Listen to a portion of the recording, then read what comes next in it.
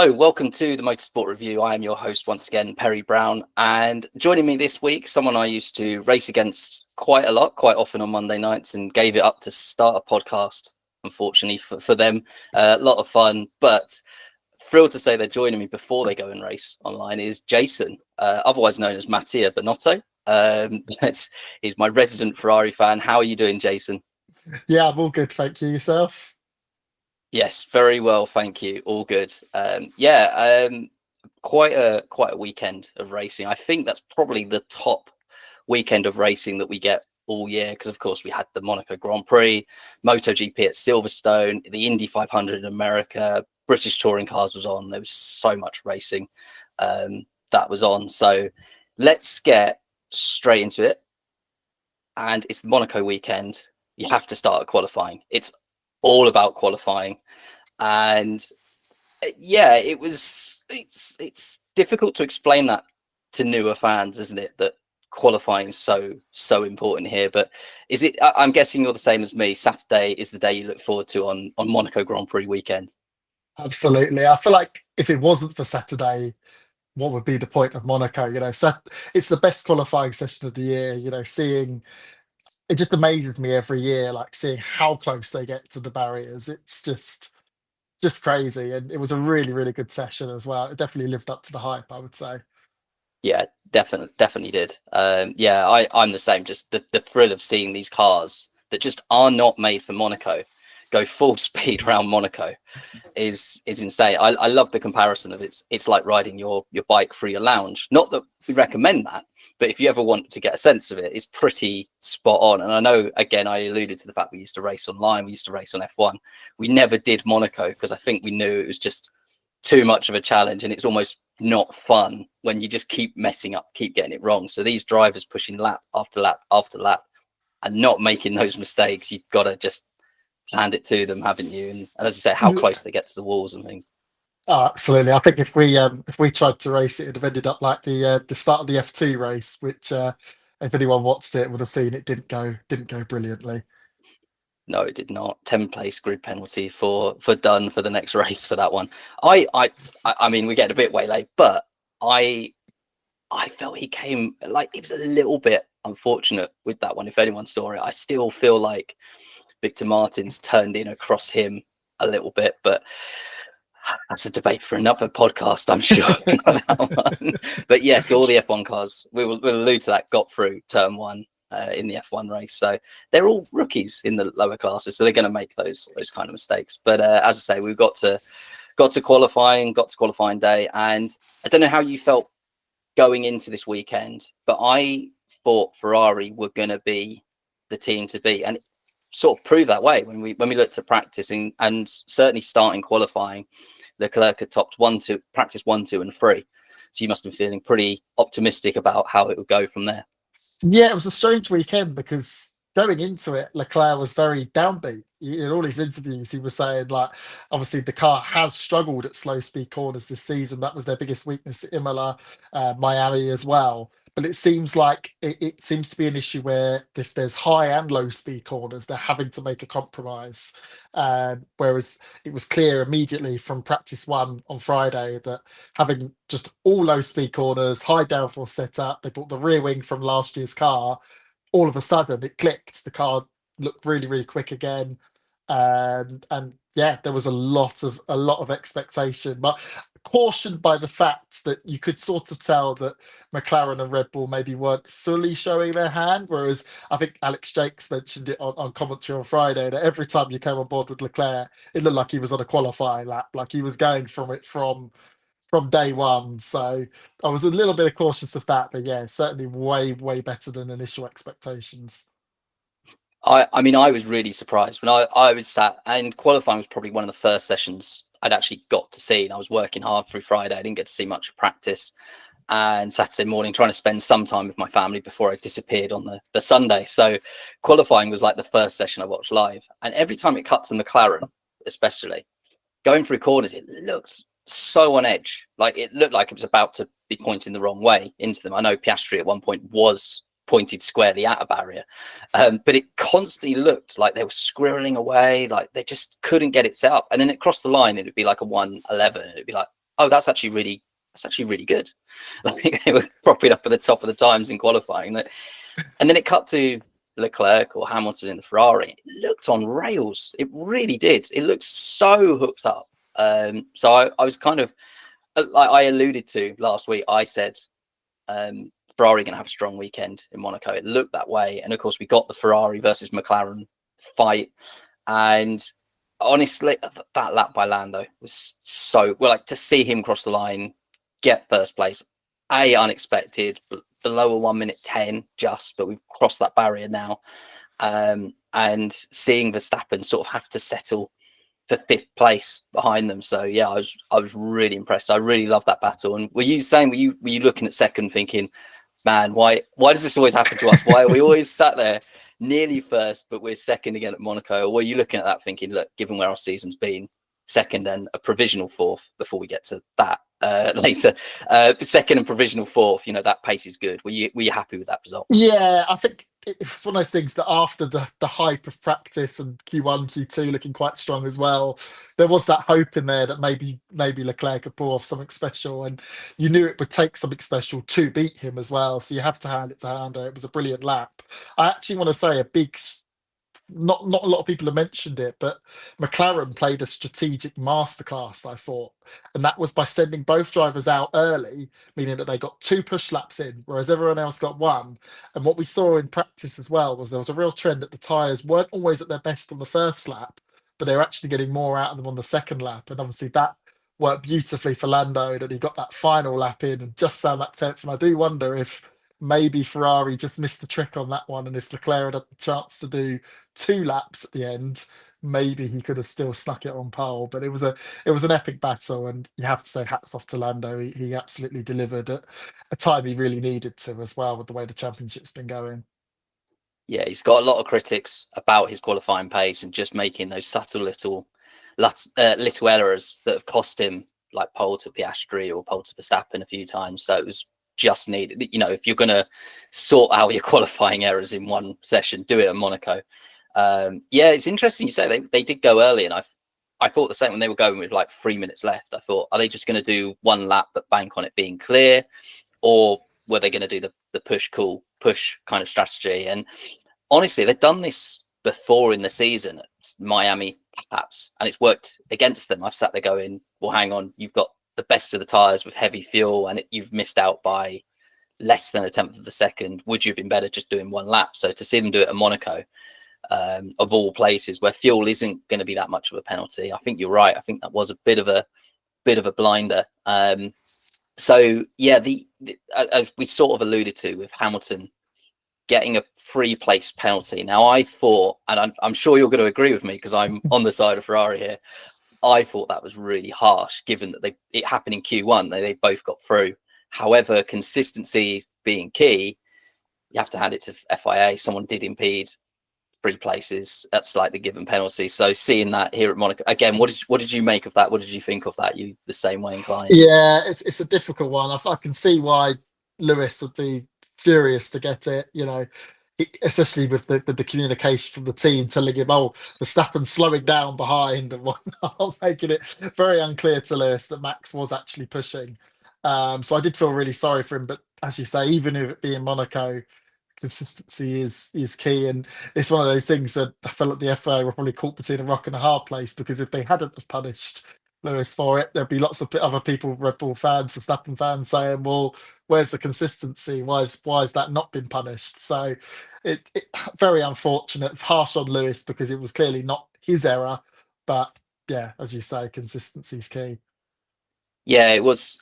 That communication is obviously something that's going to be worked on this year, throughout the year. And yeah, to hear the radio call when they say, "Oh, Verstappen's slow," and you think, "Oh God, Ferrari! Like, how are you Ferrariing this up?"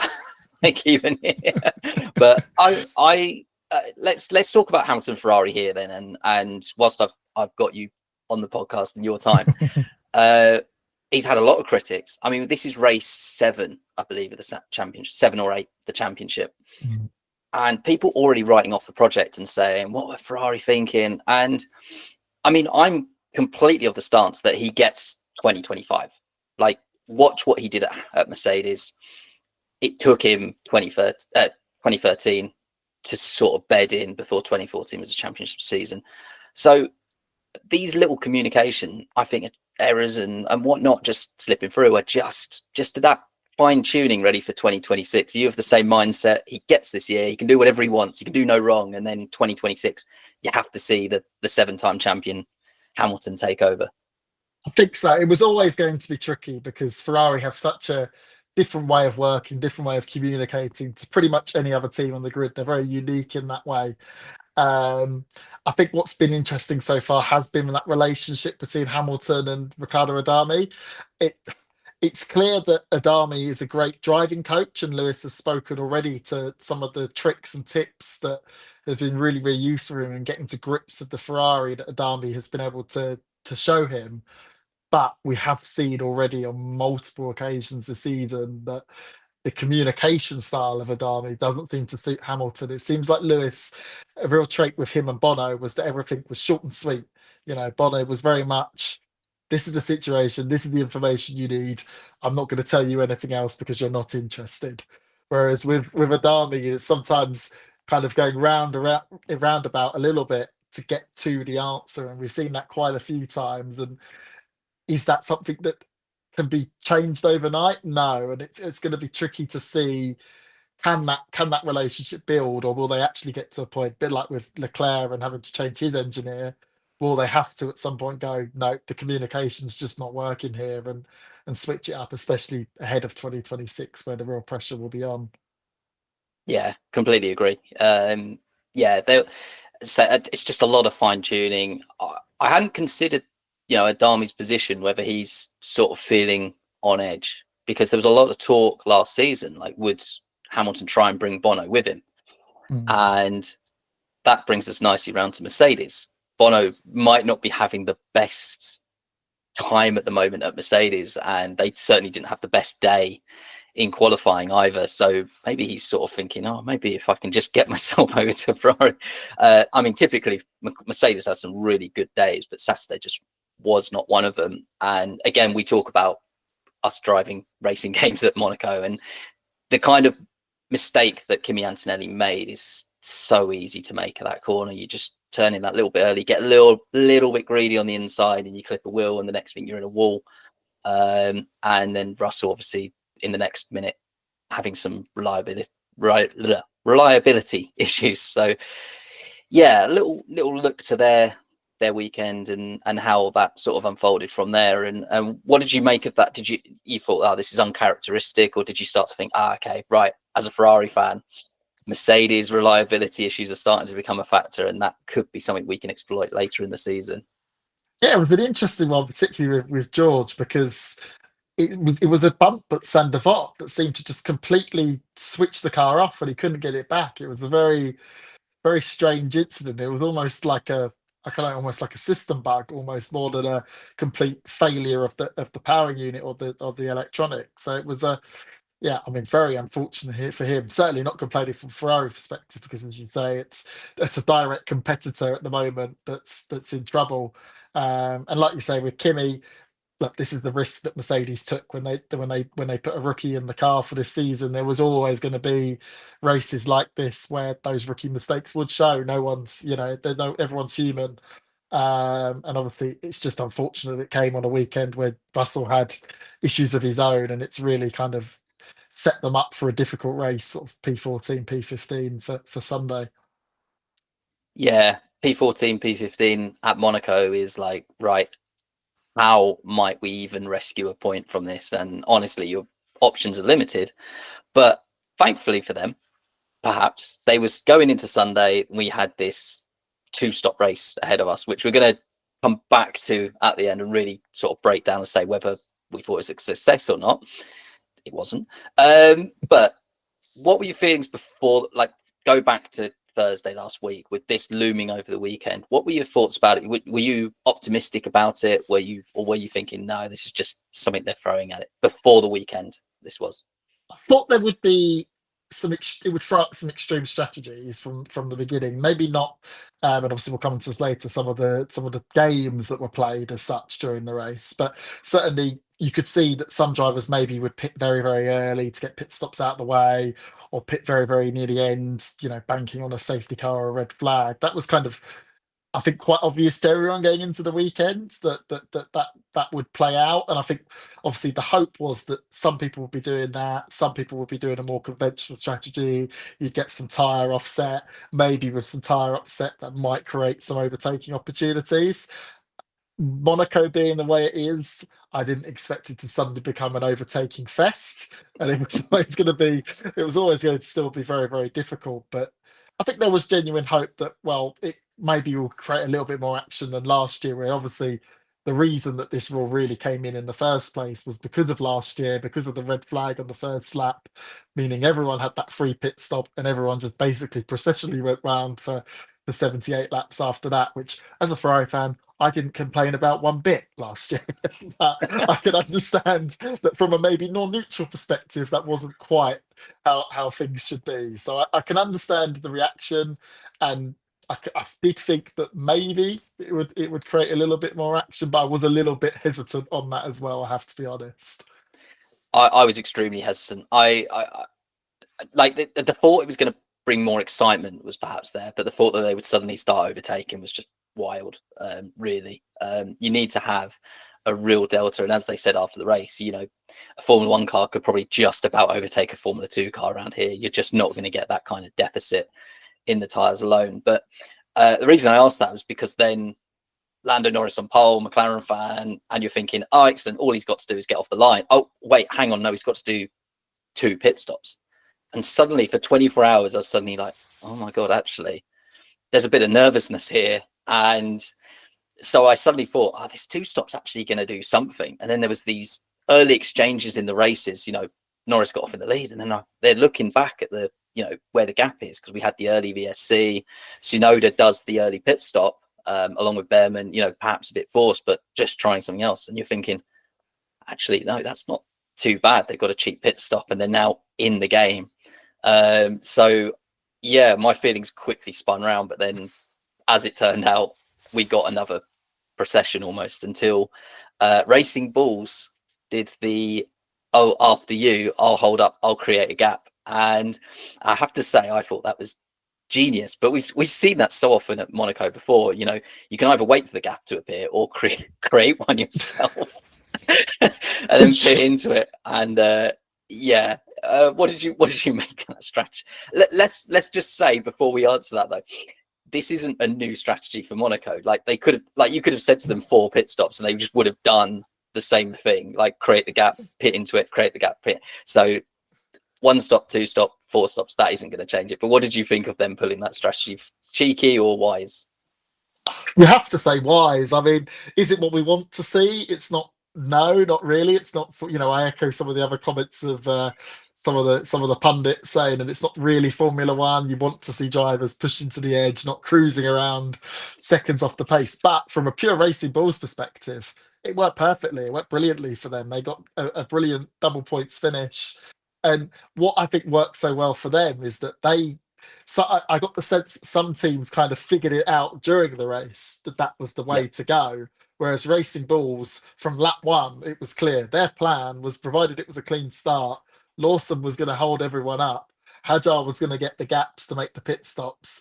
Then Lawson could obviously bring himself into his own race, and it just worked perfectly for them. Obviously, both drivers in Q3 as well massively helped. But yeah, I'm just a little bit disappointed as a Ferrari fan that Laurent Mekies had figured it out beautifully for Monaco this year, whereas a few years ago it didn't go quite so well. So. It's like in football, isn't it? Your player's not punching, and then suddenly he goes elsewhere and he's getting a hat trick every week, and you're going, hang on, no, you could have done that last year. Come on, where does that come from? Suddenly, it was a blinder. It was an absolute blind. And as you say, teams figuring it out. Williams suddenly went, oh yeah, we could do the same thing. And then really late on in the race, I mean, I don't know if I saw a quote that Toto said, we forgot we had to do 2 stops. Now, I think he's just being ironic rather than anything. Mm. But they seem to be so late to do that. Do you know what? We've got two drivers next to each other. Why don't we do the same as what everyone else did 60 laps ago? So, I thought Racing Bulls pulled an absolute blinder there. They did. Yeah, I really did. And I well, both got in the points. Same with Williams when they played it. They got. Did they get both cars in the points? I can't remember the final standings now, but certainly Albon was there. They played a brilliant game to do that. And as I say, you're not going to get away from that. I remember, I think it was 2019, where the cars were just driving around and no one wanted to push at all. And it was literally a 20-car train, first to last, no gaps being created. No one wanted to push because I think that was when they had like the ultra super completely soft tires that they were expected to degrade within 10 minutes. And they were just like, we're not going to push them. We're not going to push them. We're not going to push them. And then finally, Hamilton, I think, was leading, basically went, I kind of need to go. So it's kind of reminiscent of that. It did, I think, push the front four to drive away. So again, when you're watching that thinking, this is good to see Hamilton sort of going with that front group and pushing on, or were you still nervous at this point that he might drop back even further still? Yeah, it was a funny one for Lewis. It did work out quite well in a way that I think because the midfield runners were more worried about the midfield runners, and therefore, like the likes of Hajar were coming in early, getting those pit stops out of the way. That freed up Lewis quite nicely to actually just push on, as you say, get up with the front four and show his pace and kind of get out of that midfield mess that I was kind of worried he'd end up stuck in for pretty much all of the race. So it definitely worked out well for him. I think from a front of the field perspective, it was one of those things that as soon as Norris got into turn one first, which obviously was a little bit sketchy when he had that lock up into turn one, I did get my hopes up for a second that an opportunity was going to come up. But as soon as he got away and clear, it was always, even with the two pit stops, it was always going to be tricky to try and find a way to either undercut or overcut, because a lap's worth of undercut or overcut here doesn't tend to be worth a lot, and there's always that risk of pitting into traffic. So it was good to see Lewis though working his way through. Yeah, especially with that first pit stop for Lando where they had a sticky wheel, and was it and Piastri as well? They both did 3 something pit stops, and suddenly I thought, okay, Leclerc could be in here. Like, this could be his chance to get ahead. And fortunately for me, it didn't work that way. But yeah, that lock up into turn one, Piastri said straight after the race, didn't he, in the cool down room, he's like, you were heading into the wall. Like, so close to get away with that. But yeah, it was good to see them at least pushing on in the race and trying to create the gap. And then obviously later on they got caught up in the same games as everyone else. They came across a slow Verstappen who was basically goal hanging, in effect. We'll call it that. Goal hanging for a safety car or a red flag or just anything. So yeah, it suddenly got a little bit interesting. But I don't know about you. Again, even seeing Lando Norris caught up, I just thought, look, unless Leclerc goes for an intense dive bomb here, this is how it's going to finish, because Verstappen's got to pit at some point. But you must have seen that 6-second gap close down and start to think, okay, go on, Leclerc, do something, make something of it. I was I was a little bit nervous the other way. It's a weird one where I kind of got to the stage where I'd accepted second place in the race with the way everything had gone, and Lando being in control for pretty much all of it. And in those closing laps, all of a sudden Leclerc's right behind him. I was actually sat there thinking, whatever you do, don't go for a dive bomb and take both of them out, or something silly that kind of throws a good result away. I mean, not that I expected him to, but you just always worry in your back of the mind, like, especially at home, is it that kind of emotion gets to you and you think, I'm just going to go for it and go for glory. But I think even Leclerc himself knew that unless Norris made a mistake or the car broke down, we saw throughout the race you could have a car 5 seconds a lap quicker and still not be able to overtake. So it was always a little bit of an anticlimax that Lando pretty much had it in the bag, as I say, barring a bump into the barrier or anything like that. Yeah, and that call to Piastri, I need Piastri here to sort of keep Leclerc in check. He couldn't just go all over the road. He suddenly then had to think second, fifth, I've got to not be overtaken here by the car behind. So yeah, going into the race, because if you like, Leclerc's season has almost not started just yet. I actually thought he was more dangerous there than having, say, the two McLarens or Verstappen even there. I thought he will do anything for this win, because if he wins Monaco and then doesn't win the rest of the season, that I mean, you take the Monaco win, wouldn't you? So I was quite surprised at turn one or all throughout the race that we just didn't see a bit of a, do you know what, win or bust, the typical Monaco move. But yeah, it was a good second. I would have been happy genuinely as a Ferrari fan, as a Ferrari fan. Oh my god, I've said it now. That's an admission. It's on record, isn't it? As a McLaren fan. Oh my god, look, I have to put my hat. Fake fan. Right. There you go. Yeah, as a McLaren, I've got the hat and everything. As a McLaren fan, I would have been glad to see Leclerc get that win. It would have been a very popular win at Monaco. So it was just seeing him dejected after the race with second place seemed to, like, it really hurt, but it shows how much this race means to them and to him as well. And to say this was his second ever finish in a Monaco race after winning last year is completely crazy. But the curse is broken. You can relax now, Jason.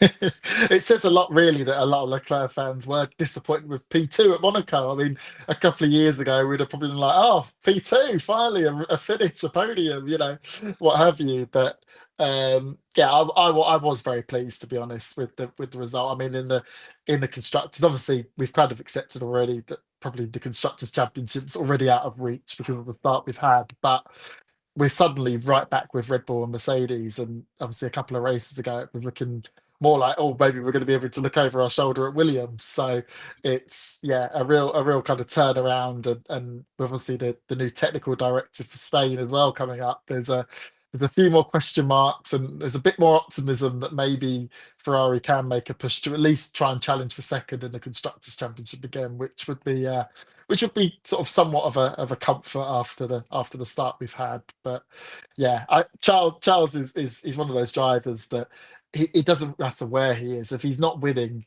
he's gutted. He goes into every weekend. P1 is the aim, and if he doesn't get P1, he's not fully satisfied. And it's part of the reason I'm a big fan of his. But yeah, I can understand that at home it means that bit more as well. Yeah, definitely. Yeah, it's interesting you mentioned the technical directive as well. So your feelings with that of Ferrari are going to push on and be one of the teams to gain from it, I'm guessing. But I mean, as a McLaren fan, I'm sat there focused thinking Red Bull are saying it's going to slow you down. You guys are going to get whipped into shape now. So it's going to be very interesting to see where the teams lay after it. What's your thoughts on the pecking order post technical directive? It's an interesting one, isn't it? Because everyone's keeping very quiet. No one's really kind of putting themselves out there to say, yes, this will help us, this will hamper us, everything like that. I don't think the order will change too much. The team I'm most worried about is probably Mercedes. I have a feeling, and again, this only goes from things you see on onboards and things you read in the media, so you have to take everything with a pinch of salt, but it does look like their wings flex more than others when you kind of see the onboards, and yeah, you do wonder, will that hurt them more? I think McLaren will still be the team to beat.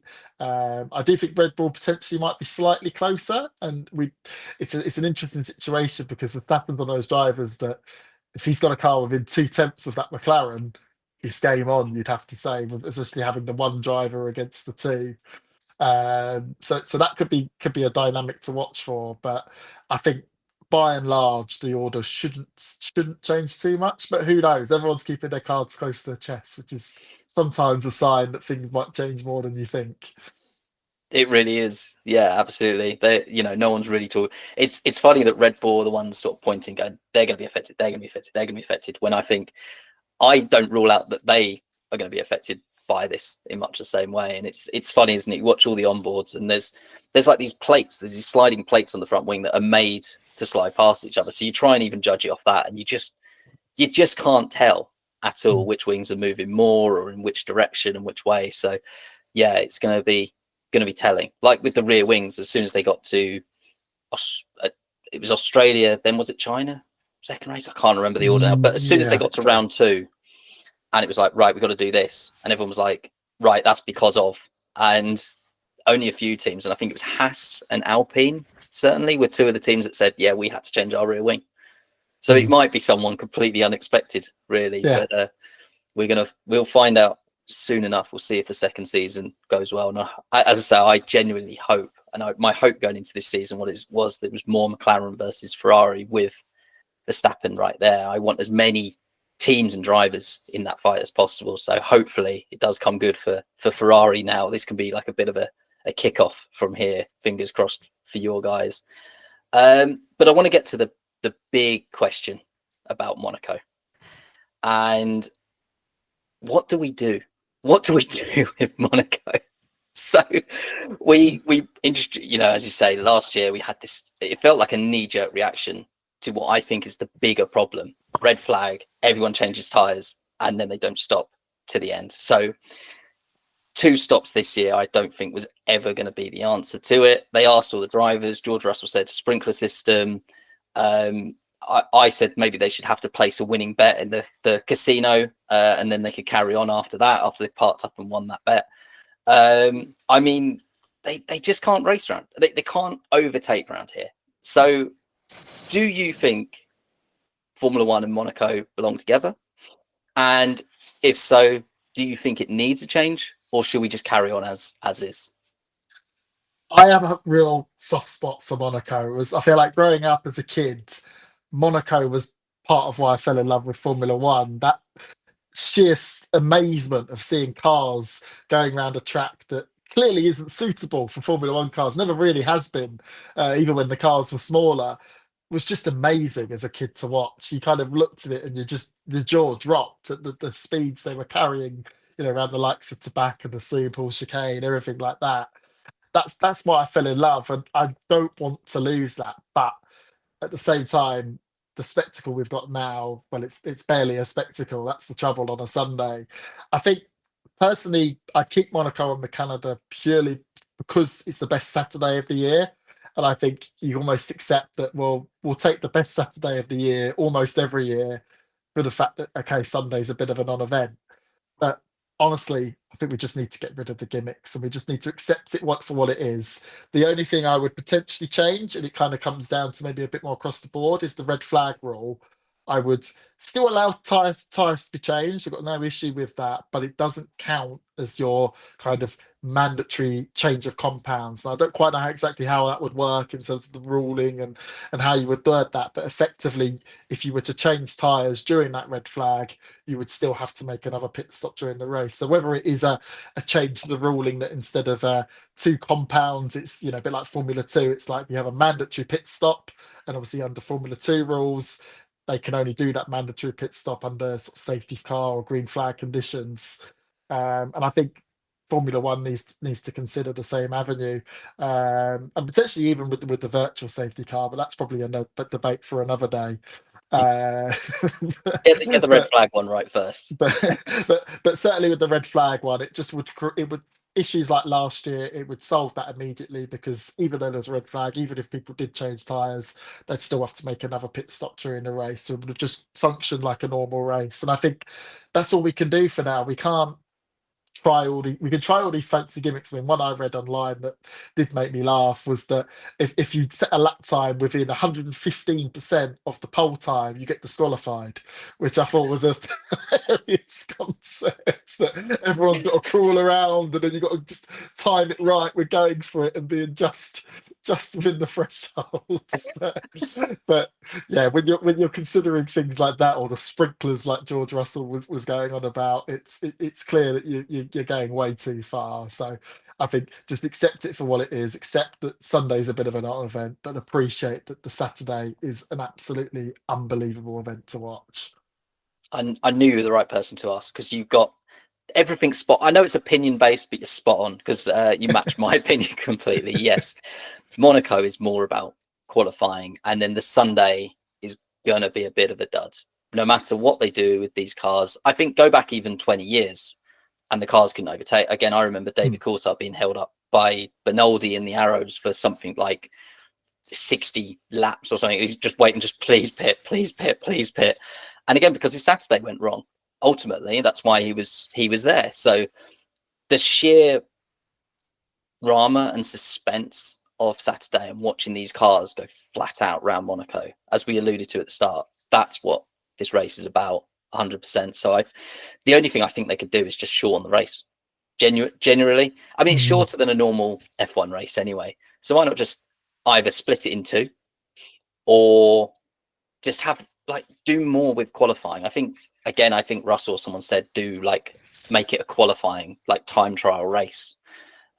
Do something else. If that's what you're going to do that, but don't try and affect it in other ways. I think just accept it. It's just newer fans coming in that don't understand as much. How can we have this race when it's not overtaking? Well, because it's Monaco. We've raced here for 75 years.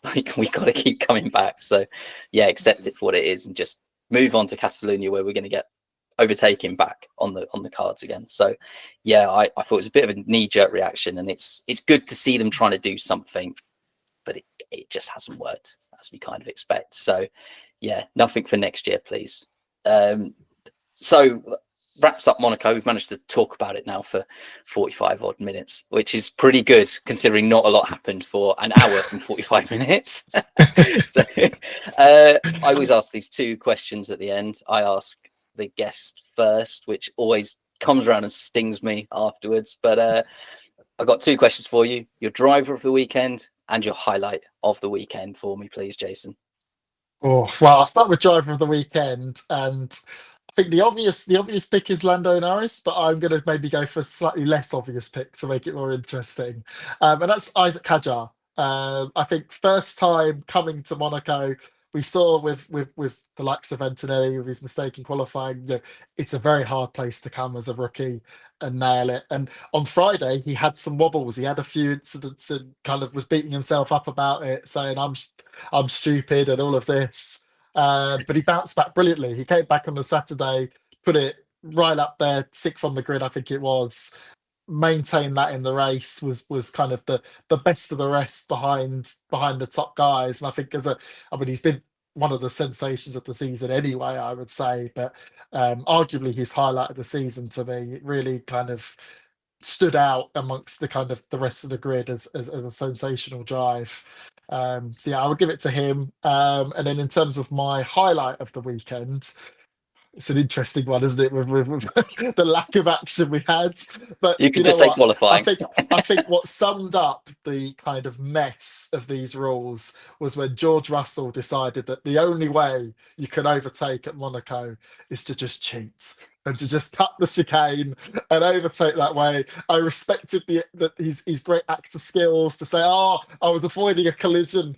I couldn't avoid him." And just shot through the chicane and made his way through. I thought that just summed it all up brilliantly, and I kind of almost handed it to George to, almost bring to light the kind of the farce of not being able to overtake at Monaco. So yeah, I think that was my highlight. That's a really good one, and a good reminder that we didn't talk about it. So thanks for bringing So a good time to let's talk about, I don't know, George Russell in the chicane. I mean, I love the brazen cheekiness of it. I absolutely loved it. And I mean, my initial thought about the FIA when they said, right, drive-through penalty, I thought, hang on, now you're not being consistent here.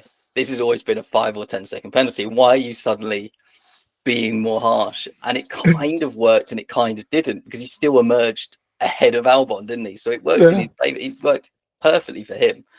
But oh my God, the sheer brazenness, as you say, that radio message. And what got me was that they didn't do the same with Antonelli. No. He cut the chicane through a mistake and then just gave the place back. And I thought, you've just watched it work on the other car. The only thing I can wonder is maybe the FIA had got in their ear and said, look, okay, as a one-off, we'll kind of let you off for a drive-through, but maybe they were going to be bringing back the stop-go penalty or something like that if Antonelli did it. Because, I'm all for consistency, but I do understand why the FIA maybe used a bit of common sense and went, yeah, this is a bit more blatant than anything we've seen before. I did read afterwards. in the document they did say that they spoke to everyone before the race and basically said if anyone tried to do this, that they would be more of a penalty. So I think given that, we can say, look, they weren't consistent, but they said they were not going to be. So I'm all for it. And yeah, perhaps they did get on the radio and say, look, Mercedes, come on, you haven't even pitted yet. You're making a mockery of this race, and now you're doing this. That's a hell of a highlight of the weekend right there from yourself. And it's again, it's funny. You went, oh, I could have said Lando Norris for my driver of the weekend. You went to Isaac Hadjar, who was my backup if you didn't pick Lando Norris. So thank you. So I mean, you covered Isaac Hadjar perfectly there. As I say, he was going to be backup. He's had a hell of a year so far, like a rookie, but you almost wouldn't recognize him as a rookie. We've mentioned on here a few times about drivers having mistakes and bouncing back from them. Doing at Japan, for instance, and things like that. He was my driver of the weekend there for the same reason. He bounced back from that and had a good race. To do that at Monaco is tenfold. You know, you have to get into a rhythm. So yeah, I fully back that. But as you haven't picked him, I'm gonna go Lando Norris, because as I say, what a way to answer your critics, you know, to turn around and get pole here and to win this race. So yeah, thank you for leaving me the McLaren fan. And if you want to message me in the board to say, well, you're a McLaren fan, you're biased, then yes, I am. And I look forward to seeing all of those messages and replying, yes, I agree with you. So my highlight of the weekend, wow. I almost just want to say qualifying. I just, for the reasons that we said, it's Monaco, baby. It's that whole, the whole circumstance around the weekend. And then it leads to this Saturday where they are just absolutely zipping these cars where they don't belong on a track which has just got too small for F1. And to see basically only Antonelli make the tiniest of mistakes as well. I just thought that's the moment when your hand and your nerves start to rattle around and you go, God, they're so close to every wall, and you're just watching them push every limit, just thinking, my God, these guys are just phenomenal. So I'm just, it's a bit of a cop out, but I'm just going to say qualifying at Monaco is just the highlight of the weekend. So all that's left to do is to say, Jason, thank you so much for joining me and talking about Monaco. I'm going to share all of your links underneath this, but where can people find you predominantly? Is it on Threads? Where do you spend the most amount of your social media time? I think Threads these days, I've kind of tried to move away from some of the Elon Musk's world and all of that. So yeah, it's a good F1 chat. Threads is probably the best place to find me. As I say, I'll share the links. So they're all below. See, I'm practicing this. I was doing some videos this weekend practicing. They're all below. They're down here. So I'll share all of those links. But for now, Jason, thank you so much for joining. As I say, I hope that Ferrari can give you more pleasure in the future. That sounds weird, but people aren't listening, so it's fine. But I hope that they come good, and look forward to hopefully having you back on the podcast in the future. Maybe when Ferrari have another good race. So towards the end of the year, maybe. 5 years time, maybe we'll get lucky. The 2030 Monaco Grand Prix was a particularly good one. So definitely. Yeah, we'll get you back on. Thank you so much. I'm going to leave you to your racing tonight whilst I do my editing. And for everyone listening at home, of course, thank you very much for listening. Get involved in all the chat wherever we are. I am, Jason is. We love to see those messages. So thank you. And I hope you enjoyed this episode. Thank you. Good night.